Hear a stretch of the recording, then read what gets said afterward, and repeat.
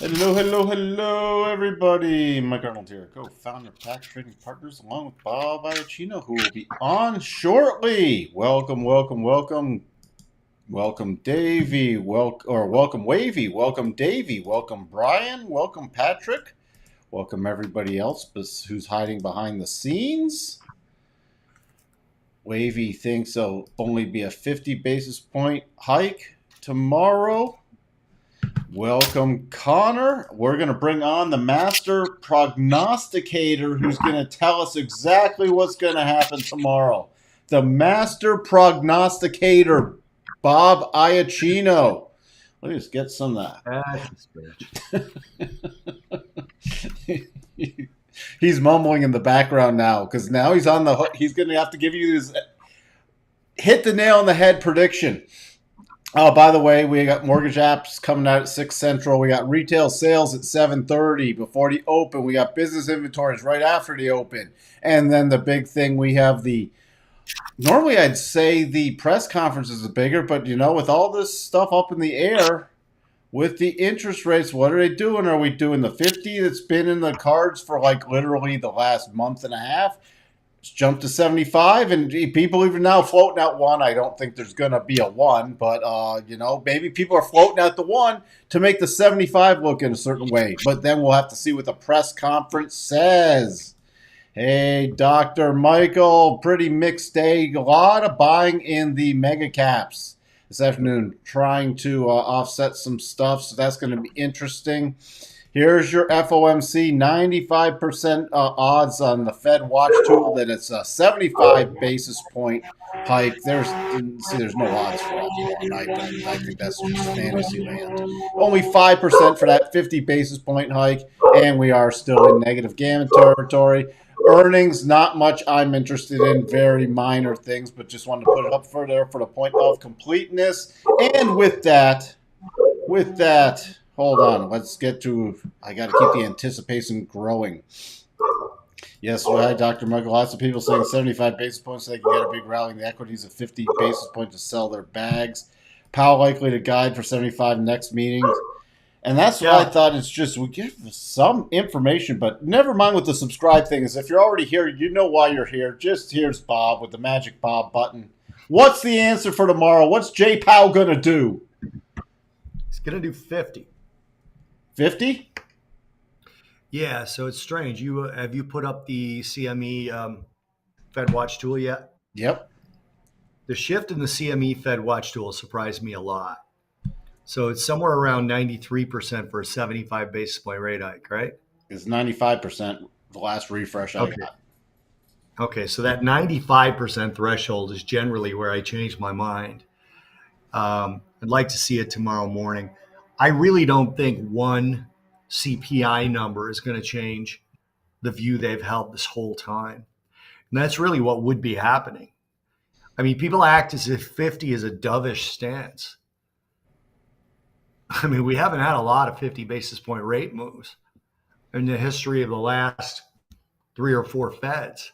We had it during Volcker, obviously, but when you go back to Greenspan and Bernanke and Yellen and now Powell, you just haven't had a lot of 50 basis points moves, let alone 75. Now, I wouldn't be surprised if I'm surprised.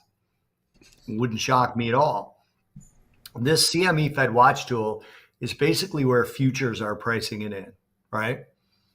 Where the futures curve, it's a combination of euro dollars and now it's SOFR, which it used to be LIBOR.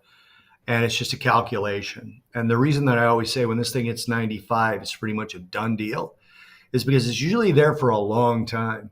It's usually like holding above 90, 91, 89, and then all of a sudden it's like 97 as we approach the meeting, and that's where everybody's priced. So I suspect that tomorrow is going to be wild either way, because if they do 75, yeah, it's what the interest rate market is expecting. I'm not sure that it's what stocks are expecting. If they do 50, I suspect that the market will take it like the Fed is behind the curve. Like the Fed is pussyfooting around with inflation, and it's going to be a big problem for assets. So I suspect you'd see equities rally if they did it initially, and then probably get hit pretty hard over the next day or so. But this is a strange kind of a thing to try and predict, because not only do we have to predict what the Fed's going to do, but we have to predict what that effect is going to do to a market. So in other words, we have to predict what people are expecting them to do and what they're positioned for. And that's very difficult to do. All we can do is say that interest rates are positioned for 75, and that's short-term interest rates, Eurodollar futures and SOFR.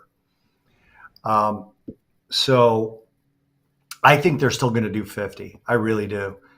But it wouldn't surprise me if it's 75. It wouldn't surprise me at all. Well, I needed an exact answer, and I need to know where the market's going to be tomorrow. So how am I supposed to trade off this information, Bob? Well, I would say so. The Dr. Michael comment is kind of a good one for this particular subject, right? If Powell changes from 50 basis points, loss of credibility. I think what you're saying there is if he does 75, feels like he's succumbing to the markets. I'd rather see him succumb to the markets than politics, which is basically what they've done. And that's my way of saying they haven't had any credibility for quite some time now with people who've been around for double-digit years like Mike and I, because they succumb more to political pressure, in both mine and Mike's opinion, than they do to markets. And I'd rather see them succumb to markets. I really would, especially the interest rate markets. So, yeah, I do think that they'll still do 50, because I don't think one slightly higher CPI number should make them abandon the path of 50, 50, 50, 50, which they've said they're on. But I don't know. I could be wrong. I thought that up until like yesterday evening, but just literally there's so much stuff out there with 75 from some credible sources that, True story. it's making me question it. I mean, the amount of, it's not like there's one or two, little things, but it's been hammered home since last night. Like it's 75, it's 75, and there are some credible sources out there. Now, There are. so I was going up until like literally last night and this morning. I'm going, it's 50. They're not going to deviate. It's 50, and they do 75 in July if they were going to do it. I'm questioning that, but I literally don't know. But then the big thing is the market going to? How's the market going to view any of this? Which is what you were talking about. Well, if they do 75, the market's going to view it like, wow, it really is bad. And if they do 50, the market's going to view it like, wow, maybe it's not as bad as we thought, or are they behind? Because honestly, all these analysts saying 75 will really come back in order to sort of correct their forecasts and say, wow, they're really missing the boat. They're going to have to go a lot more aggressively. Things are going to get really bad in order to sort of salvage their worldview, RE markets, right? So it's hard to think of a scenario where stocks rally and stay up with this particular type of a move pending. They could also do 50 and just like aggressively switch on QE to QT and like start not only saying that we're going to stop buying things, we're going to sell things. They could do that because then they affect more of the curve. That would be really interesting because I don't hear anyone talking about that. So if they do 50 basis points and they say we're going to accelerate the shrinking of the balance sheet, wow, that would shock the market, I think. But are they trying to shock the market? They almost need to show that they're actually fighting inflation. But again, we're making this assumption that they care how they're viewed in terms, relative to inflation. And I mean, again, I think Biden and Yellen meeting with Powell saying it's your problem, it's your problem. I don't know. I mean, if I were him, I'd be like, okay, fine. You want the smoke? Here comes the smoke. That's what I would do. That's probably why you're not a Fed governor either. Yeah, they've never even called me. They never call. Oh, see? They didn't even let me turn it down. Hey, Dan Jett. Wow, mortgage rate's already 7.25 in Texas. Wow, wow. Uh, Question: does the current 2000 or 2022 scenario remind you of 2008 or 2000? 2000 it does, but more from an equity perspective. Interest rates weren't moving really that quickly in 2000. Can I say a Doesn't comp? really remind me of 2008. It's I don't know. I mean, the equities still remind me of 2000 and the slow, steady unwinding, Right. and then other I stuff agree. though.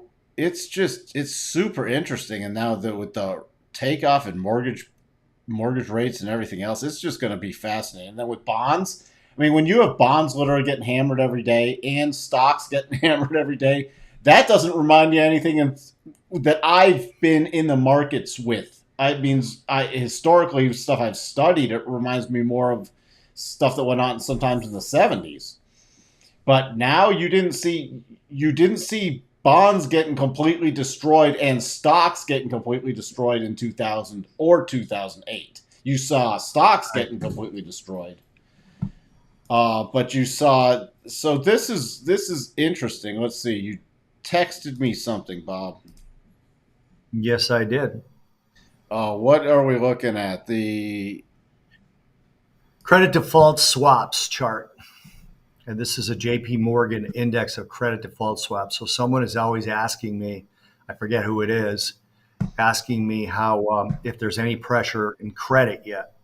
All right. Well, it's here. It's showing up.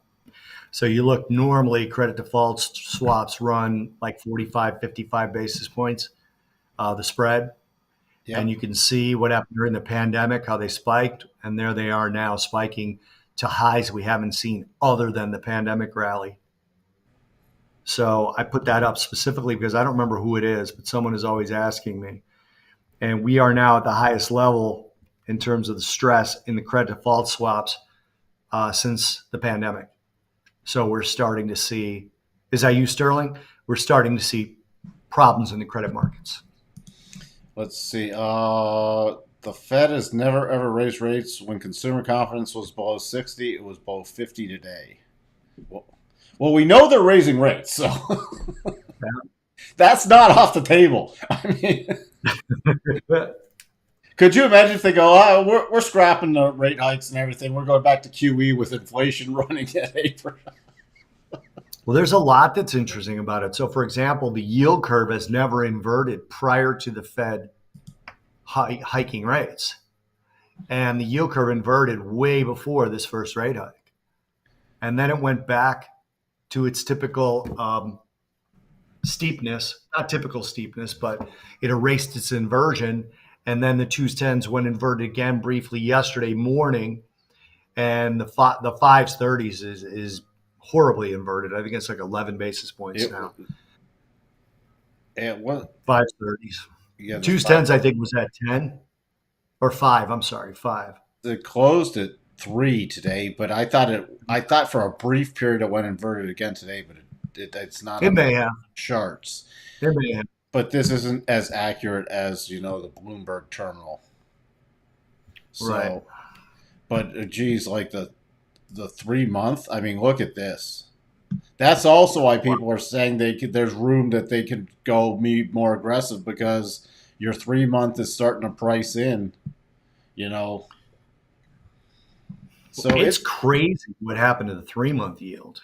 yeah. I mean, I mean, the 3 month yield is like I've never seen before, like literally ever. I've never seen anything like that. Never. I mean, when you look at the 3 month yield today, um, closed at 183, okay? And literally May 12th, it was 96. It was 89 May 10th. It was 85 May 5th. So it's Well, literally moved almost 100 basis points in a month. I've even never seen since that. June 1st to the close today, the open June 1st to the close today, it's up close to 70% Unbelievable. I've never seen in that. June 1st. So we're less than half a month, and that is monstrous. That is monstrous.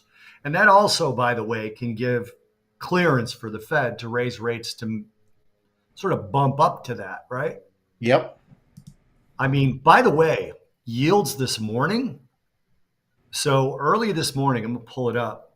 When I first came in and did my Twitter, your need to know that I do for the CME, 2-year was down 10 basis points, 5-year was down 13 basis points, the 10-year was down 11, and the 30-year was down 9. Okay, that was this morning. So that was 9 a.m. Eastern time. We ended the day with the 2-year up 5, the 5-year up 5, the 10-year up 6, and the 30-year up 3. Yep. So we literally reversed somewhere in the range of 15 to 17, almost 20 basis points, depending on which part of the curve you're looking at. Yeah. So those are markets that are saying, no, there's no rest here. The Fed's behind the curve. We got to get going. And that's likely part of the reason that a lot of these people, including Mike, say it looks like 75. There are credible, I don't want to say leaks, but there are people that have been right a lot that you would think maybe get a little bit of inside information. I hate saying that, but that are saying 75. I mean, I forgot the person's name, but it's for the Wall Street Journal, who's essentially the whisper piece. Alex Yip? Is that Yip? Greg Yip? Considered the whisper piece of the Fed. So when he came out, and then you had that's Greg Yip. And everybody else had piled on, with this. So uncredible sources that this was coming from. That's what's making me really question it. So we'll see. I mean, but even this, look at the move. It's Greg Yip. Even in the 10-year. I mean, the last since Friday. I mean, this is huge for the bond market. Huge. Just look at the rest of the chart. I mean, there's been a lot of activity in the 10-year. Look at it. You don't see any part on the chart going all the way back to late 2020 where it's moved like that. Nowhere.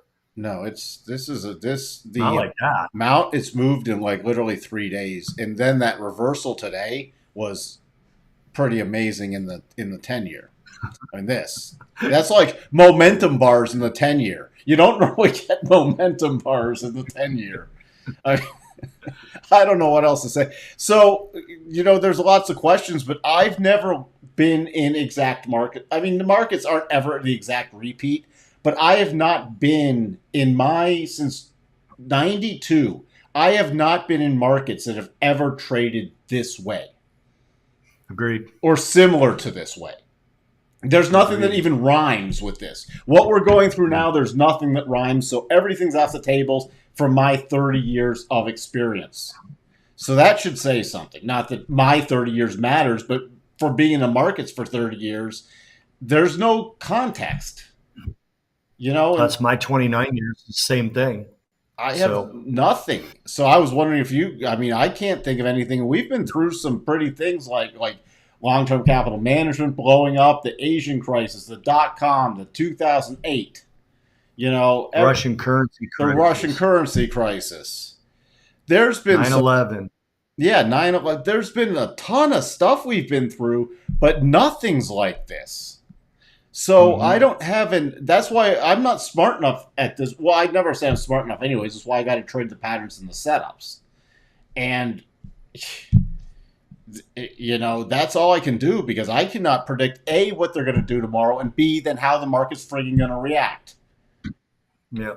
And at this point, some people will be right, but I think it's more of an educated guess. And some people will be wrong, but then the next time they might be wrong and the other people might be right because there's not a lot of people who are around trading these markets who have any way of predicting this. Mm-hmm. Wavy said something about BTC below 18,300. Is it there now, or is that something he's referencing? No, I haven't looked at it. If Celsius completely blows, they're trying to patch it together with some interesting stuff going on with Tether. But this is just going to delay the inevitable. Yeah, it really is. The best thing for the cryptos right now would be to get a strong rally in the NASDAQ because people pile into it, but it's only going to delay the inevitable because a lot of these things, these stable coins are backed by pure junk paper. And that's when the markets, I mean, we already brought up that uh, your credit default swaps and everything else, and the low grade paper is just getting destroyed right now. Hey, can you put up that home comment by Dr. Michael? Home comment. Just below Dennis Gartman, ha ha. A lot of home closes will be canceled. That one? Number one, yes. But number two, I read a statistic today that another 1.5% in mortgages, 1 in 4 people will have to sell their homes. Wow. Yeah, so that's obviously based on adjustable rates, but 1 in 4 homeowners currently, new homeowners, will have to get out of their homes. They'll have to dump. Well, that would get interesting then for the home market. Yeah, that's not my data. It's just something I heard today on Bloomberg. Then we could be rolling together 2000 and 2008. Yeah. Can you put up Lauren's comments just below that? Lauren or Lauren? So, Lauren, when I refer to something being priced in, it's based on interest rate markets. It's not based on like the feeling in the equity market. So either 50 is priced in or 75 is priced in. It's not going to be both depending on tone. It's one or the other because it's mathematical, right? So we used to look at the Fed funds futures to see what exactly was priced in. Now it's a more complex formula and the CME does it for you. So we just look at the CME Fed Watch tool. So it's not about stocks or anything else. It's about what's actually literally priced in to interest rate markets, what the interest rate markets on the close are pricing. So, and right now they're pricing an almost overwhelming probability of 75 basis points. Options 22. So for tomorrow, after rate announcement, the trading rule probabilities initial market move is the fake move. Generally, I mean, the first move is it gets reversed. Yeah. Generally, it's not 100%, right, but generally it gets reversed. Right. So that's why, from a trading standpoint, from my trading standpoint, I sit on the hands during the first move. Mm-hmm. And then if it's reversed, then you go with the reversal move. If it just doesn't reverse, then you missed a trade, or there might be a pause and then a follow through, like with momentum. For my historical trading record, I do not trade the first move off the Fed. Yeah, and like what Mike said, let's just use equities as an example. Stocks. If stocks go down and then the initial move is then the second move is they move lower, that is the second move. Now, it doesn't mean the initial move was wrong. It just means the initial move is not the one you want to trade. Let's see. Yeah, the yen back up above its 2002 highs, marching on up, and the peg. This keeps. I mean, this is so interesting. Have you been watching the peg? What is that? JGB. This is the Japanese yen. Oh, yeah. No, I have been watching that. We were 25 basis points above the peg today. I mean, again, yesterday, these moves. I mean, this is starting to show cracks. That's crazy. Because they're trying to keep this at 0.25 pegged, and you're getting these moves. If this happens enough, it's going to crack. They're going to have to abandon it. Yep. Especially if the Fed does 75, watch what happens to that thing yesterday. They're going to have to abandon it. They're going to have to. And remember, we've got a Bank of Japan meeting the very next night. So we got the Fed tomorrow, then we've got the Bank of England and the Bank of Japan, all one right after the other. Yep. So this is what I almost said earlier. This is the week you take off if you don't have to trade. you enjoy some nice summer weather. I mean, I literally don't know what to say. And then you have the dollar just marching higher. So, anything else you want to touch on specifically? Any just shifting gears, No, I mean obviously it's a anything on huge, huge. crude. Crude had a lot fair amount of volatility today. So it was funny. Crude oil, obviously Shanghai went back into lockdown, and they didn't come out. They went back into lockdown over the weekend. That put a little bit of pressure on demand. But Biden announced that he's going to go to Saudi Arabia, and that was something he was trying to avoid. Political reasons, the assassination of the journalist Khashoggi. Um, but he broke down and he's going, and we started to get a little bit of a sell off when that was announced. So this is likely not going to last, but I would still wait for a technical signal. It's probably a good pullback to buy, but I don't have a technical signal to buy it on. Demand is still creeping up. It's still every metric I look at on demand, from refinery utilization to the crack spread to RBOB, demand is still creeping up. It's crazy to me with the average gas prices that we have. It should crack soon, but it hasn't yet. I filled up my tank earlier today, and it was $87 here. Yeah, mine was 85 yesterday, and then 90 on the SUV today. I mean, this is gonna. It's insane. This is It's a hammer. car payment. It's a car payment. It's You know, crazy. I used to spend $40 a month on gas Hmm. because I don't drive that much. But now I'm gonna spend over 160 this month on gas. It's crazy. So it's just absurd. I mean, it's over $6 a gallon here. Uh, oh boy.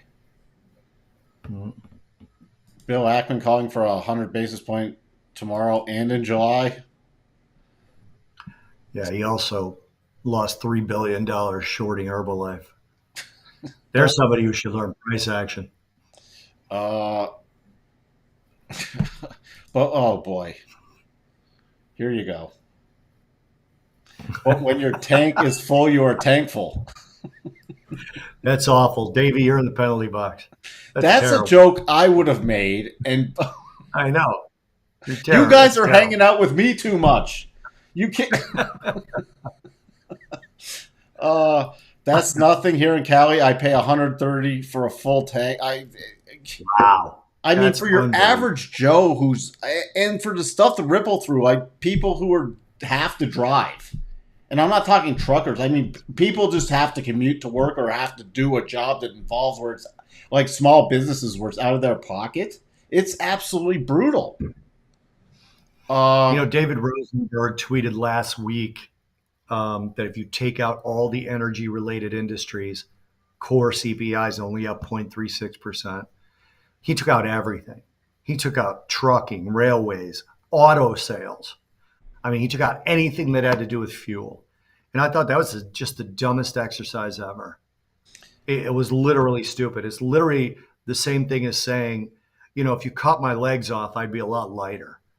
I'd lose a or ton a of weight lot if you cut my shorter. legs off because I'd be a lot shorter and I'd lose a ton. It's just the dumbest thing I ever heard because it is exactly what drives most inflation in the modern era is energy. I mean, what do you think it is? A shortage of chickens? I Well, mean, and it's energy just ripples into food prices and everything. it ripples into the services industry, which is So, what we're so seeing what are you now. going to say? How do you take fuel out of food prices? Because food, one of the things besides just core staples of food going up, you also have the transport costs of food. It ripples into wages. At my wife's work, they were all complaining that they only get $200 a month auto allowance, and they need to get together and get with the company and say that needs to be higher now. So then that's good. You know, that it goes into wages basically. It's a benefit, right? And it raises the price that her company has to charge. I mean, it goes into everything. And most modern inflation has been driven by energy globally, not just here. Dr. Michael, how do you personally prepare Bob and Mike going to the kingdom doesn't look good? Why not increase U.S. production? 150 for a premium fill up here. Go ahead, Mike. So no, I was gonna. I don't think with a lot of this. My personal thing is don't. I think they want fuel high in some aspects of it because they have this green agenda that they think is magically going to kick in. Like everybody should drive an EV, everybody should have a solar panel, everybody should have this.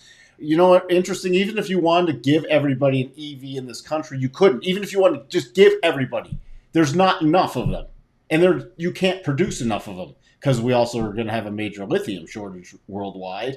And that's what's interesting. So I don't think they want to correct the problem. Otherwise, and now they're talking about windfall taxes on oil companies and slash taking out the gas taxes. Well, that will just increase short-term demand. Production's already maxed out. So it's going to make, and then you're going to tax the people who are supposed to make the stuff even more windfall profits? Where's the incentive? This administration is psychotic. It's funny because they Sorry. used to say, and multiple administrations have said this, and people have said it, financial analysts have said it, mostly reporters rather than actual analysts.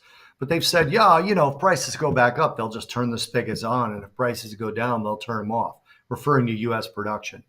When prices cratered, okay, and we had negative prices in WTI crude, 75% of people working in shale oil production got laid off. And some 40 odd percent of them were transplants, and they went home. People going from Oklahoma and Montana and South Dakota and Idaho down to these places to work in these 70, 80, $90,000 a year jobs. And then they got cut and they went home. You can't just turn a spigot on like this. And not to mention that, we can go into just the absolute misleading statement of the 1,000 or 9,000 leases that are not being drilled. Many of those leases are released, and the companies just do them as protocol. They just lease them again. They've already been shown to not have oil. And this is the first administration that didn't have at least 3 lease sales by this point. And then capacity. They shut down the pipeline. What was the name of that pipeline, Mike? They shut down Doesn't matter. the Northeast and then they stopped. Keystone. Yeah. Well, they stopped construction. Keystone XL. Yeah, they stopped the construction, then they shut it down. So that took capacity out of oil coming from Canadian oil sands and made that capacity go into rail cars, which means there's not enough rail cars to ship the crude. There is just no infrastructure in the U.S. to get crude oil pumping up faster. So they have to go to Saudi Arabia. They have to. Only Saudi Arabia and the UAE has excess capacity right now, and they don't have a lot of it. They do not have a lot of it. So I suspect they're going to get rebuked. There might be some lip service, but there's a big difference between what they say they're going to produce out of OPEC and what they actually produce. We still rate how much they produce by their production cut numbers. So they've been removing the production cut numbers. That's been the way they've been increasing production. And last month, they were at 118% compliance to the production cut, which meant they were 18% short of the production total they were supposed to be making. So what they say they're going to produce and what they actually produce is a lot. So it's just, you can't just turn it on here in the U.S. There had to be multiple years of ramping up for it, but instead we got multiple years of cutting back on the ability to ramp up. And that's all in the face of prices being lower in the first place, right? And then these oil companies, when I started in the industry, there were 279 refineries in the U.S. There's now about 109. And you can't build a new refinery because they take 10 years to become profitable to the investors. And according to most politicians, most on one side, you won't be allowed to use them in 10 years. So there's just absolutely no reason. There's no incentive to build them. And there's certainly no incentive to find new oil deposits if you feel like regulations are going to be moving away from your industry. Very much like building a new horse and carriage factory when you think that everybody's going to be buying cars. All right. All right. By the way, wavy, real quick, Mike, and then I got to go. Well, I don't have to go, but I don't see anything more for me. There is no hurricanes priced into the crude oil market yet. Now, there's none on the way, But God forbid one comes in the midst of all this. One hits Then the it'll be the poop Gulf. hurricane price hikes. Oh my God! What if a major one hits the Gulf? I know. What even? It'd be, What if it's even like just a Cat 3 because they have to shut down the rigs for a couple you'll weeks? see 160 WTI. And, well, we all just need to run out and buy that electric car. Yep, best we can. Although I All right, did, guys, anything more for me? I'm not seeing anything. I don't see anything either. All right, well, I'll keep going. But you know what? I went and looked because they like at the there's a couple of dealerships that had some electric cars because my lease is up coming Mhm. up soon. They're literally, dealer markup 12 to 15K now over sticker. Wow, there you Wait, go. That's worth buying. I'd rather pay for gas. no, I know because by the time you actually make it, Yeah. How are you going to make that money back? you're not. So great. I You're don't have not. to. And electricity, by the way, they're talking now rolling brownouts in Illinois because they've tried to convert a lot of stuff to solar for the green, Mhm. and it can't keep up with electricity demand. So electricity is skyrocketing here, and they're talking rolling brownouts. So even with rolling Yeah. brownouts, how do you charge your damn car? It's all insane. We live in an insane time. Yes, we do. All right, guys. All right, all right. I will chat with you. If I see anything that just isn't obvious tomorrow, I'll come on the live stream. There's got to be something that's not obvious. All right. All right. All right, guys. Cheers, everybody. Thanks, Christoph. Hey, everybody. Small Mike here. Wow, you lease a car, why not buy? Because it's a depreciating asset, and with all the technology, uh, I like to roll them. I like to roll out of them every 3 years. The only cars I will buy are like still in the market for a 1980, 1981 FJ40, and I'd buy that. Well, I can't lease it, but I'd be buying that.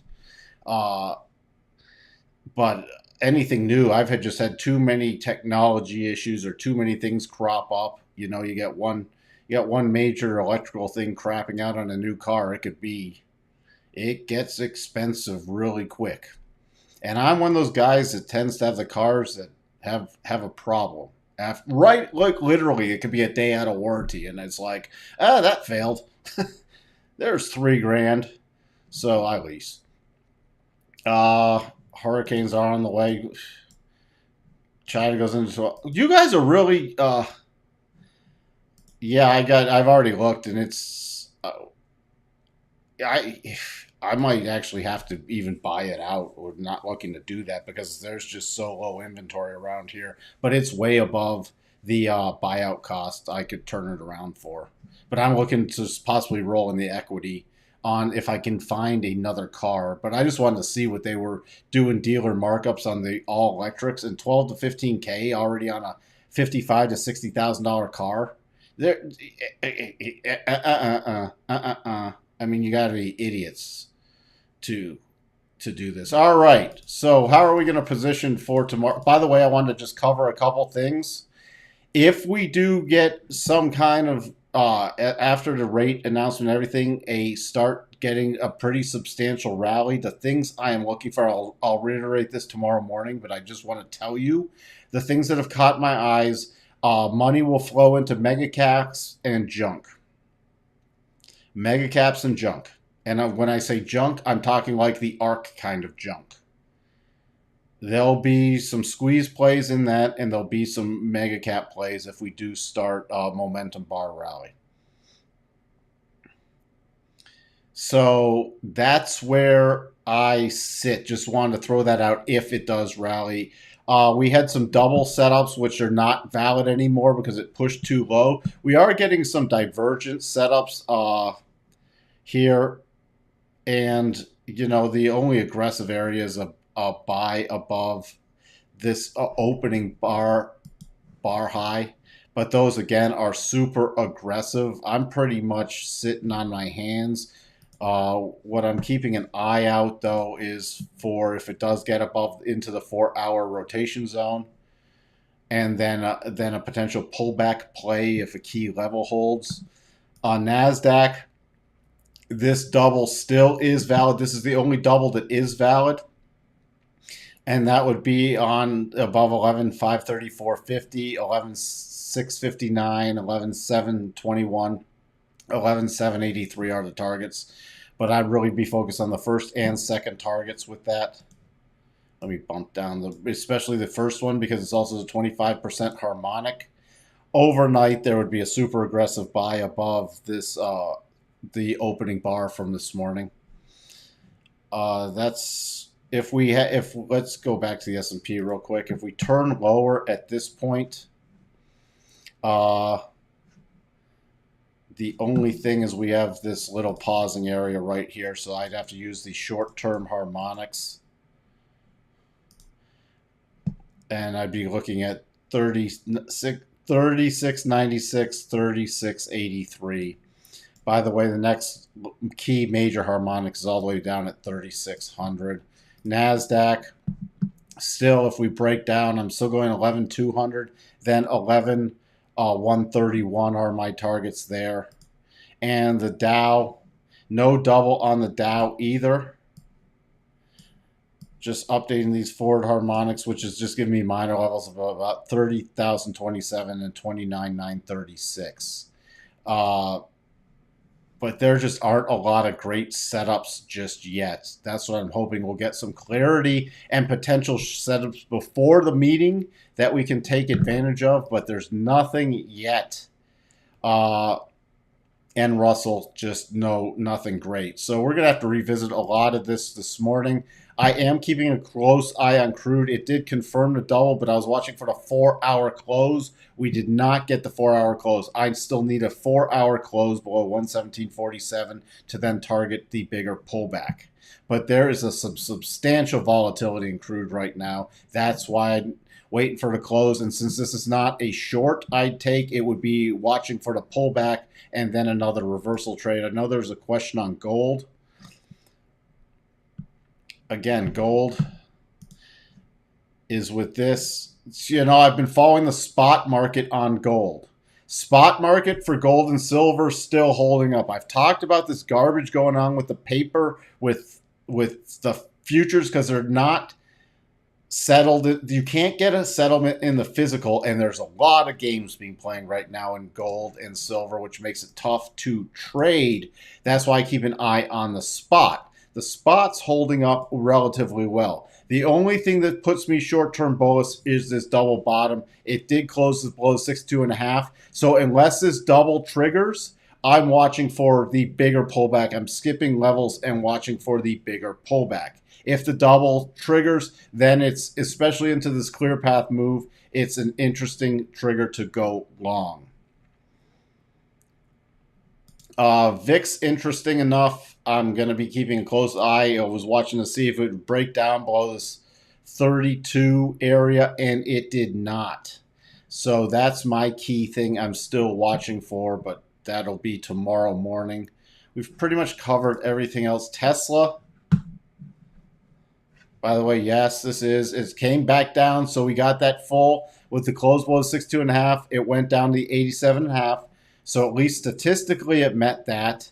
The only thing I'm watching for those Tesla traders, if we start breaking above, and this is where I will use these two top areas, and again, it's not a double top, it's two tops. Above 679 with momentum in the NASDAQ, I'll play the gap fill, because also remember we had a lot of interest in the mega caps today. You can see here Tesla up.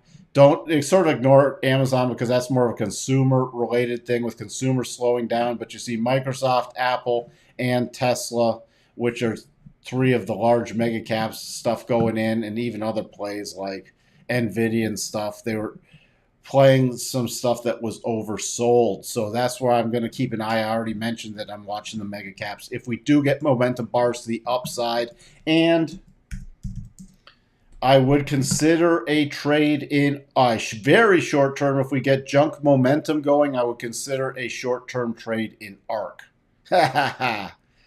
because that's complete junk, and you could easily get a nice little pop in there. It's statistically, with that close below the 62.5, it's statistically back down here. There is a longer term double, which I'd be shocked if it trades, but there's this nice gap play. If we did get junk momentum, there's a nice gap play back to, and if you reverse this now temporarily, oops, I didn't want that one. What did I do there? Oh, I wanted this one. There we go. If we reverse these, and that's not a long-term play, but you see, even with that gap fill, you got that 37.5 harmonic, and that doesn't even reconnect it with the daily rotation zone. So that's a little area I am watching. And there is an aggressive daily buy on a close above today's daily thing, so that could just be a little pop play. Bitcoin. I mean, Bitcoin's back down. They were trying to stabilize Celsius. I think even if they do get a temporary pop in this, you're going to see a rollover flush out move unless we get some serious momentum tomorrow in the NASDAQ. I think the only thing that can save this in the short term is people rotating into risk assets, like because they're scarfing up NASDAQ. You will see a sympathy rally and people will rush into Bitcoin because of the correlation that's there. So that might take some pressure off for a while. But if that pressure was taken off, you still, if Celsius does blow, you're going to see the next down leg. And if Celsius blows, Tether will not be far off from blowing. So then we get the double whammy pressure, which, yeah, you could easily be back below 12K in a blink of an eye. The only thing I see, again, saving this in the short term is a rally. And I'm going to just put at this point a junk rally, because you need this washed out before. We need a lot of this crap I've talked about washed out of the crypto market before I'll even start looking at it from anything other than from the short side. NVIDIA will be a play on momentum for a gap fill for me. And again, these are only plays if we there's an aggressive buy tomorrow on a daily close above today's high. If we got momentum and this started taking off tomorrow, that could be ridden, and then if it closes above the high, rolled in for a potential gap play, which takes us back to the 37.5 and not even back to the daily rotation zone. So that's the way I'm looking at some of these. Okay, exactly that way. So if we, well, what do I mean? You know, if with NASDAQ's rallying with momentum after the Fed rate and we're all the way out of that fake first move, and all right, let's say then it's coming out to, I'll just give you a little way I like to do this. It's coming out above today's opening high. Sorry, that was yesterday's open, or this area high today from around 11:30. We start getting momentum above there. Could be playing the momentum to the upside, and as long as it holds into the close, why would I be doing that? Because then we'd be triggering a %B buy signal, and then with a continued little pop up and a tight stop, we could play it for the gap. Again, can't give specific trading advice, don't know your time frame or anything else, just giving this for educational. So even if you didn't want to trade this, you could watch to see how that plays out tomorrow and start doing investigation along that for your trading metrics. That's the same way, though, also that you can play some of these future moves too, to the upside. To the downside, it's just going to be, if we break the downside with momentum, it's just targeting the next levels from future short trades.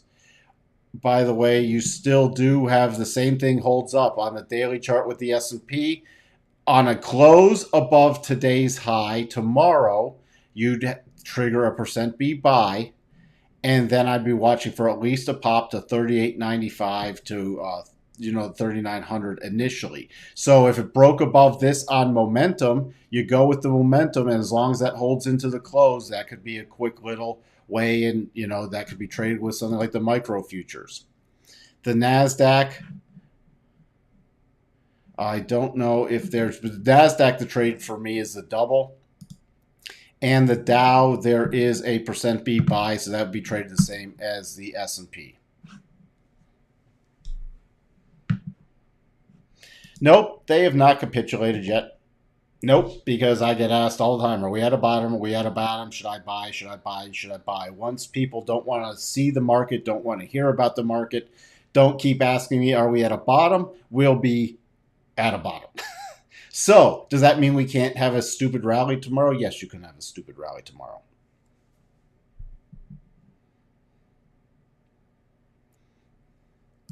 So I'm just giving you some plays. And remember, we can get the rip your face off rallies. Even who knows what the Fed's going to do. I'm not saying we're going to get there. The only trade that has not triggered that is the highest probability is that double on the NASDAQ. But that could be wiped out even before the Fed does their announcement by tomorrow. Who knows? So again, if you don't have to trade, if you don't have anything to do, either trade very small if you want to practice. If you have good, reliable setups, you can still take them, but manage your stops, and it's going to be challenging with the volatility. Especially with all this, because that 50 basis point that was supposedly baked in, now where are we? I mean, it's anywhere from, look, even in the chat, it's 52 a full 100 basis point. Everybody's all over the place, even in this chat, even Bob and I. So who knows what's going to happen tomorrow? So how do we trade when it's that big, when we're talking about anywhere from 50 basis points to a full 100 basis points? That's a pretty big spread. And then, is good news bad news? Is bad news good news? If they do something surprising, is the market going to take that and rally off it, or take that and dive off of it? I have no idea. As I said, we are in unprecedented times. There is nothing in my trading career that matches up with this and what's going on in the overall markets right now. So that is very key.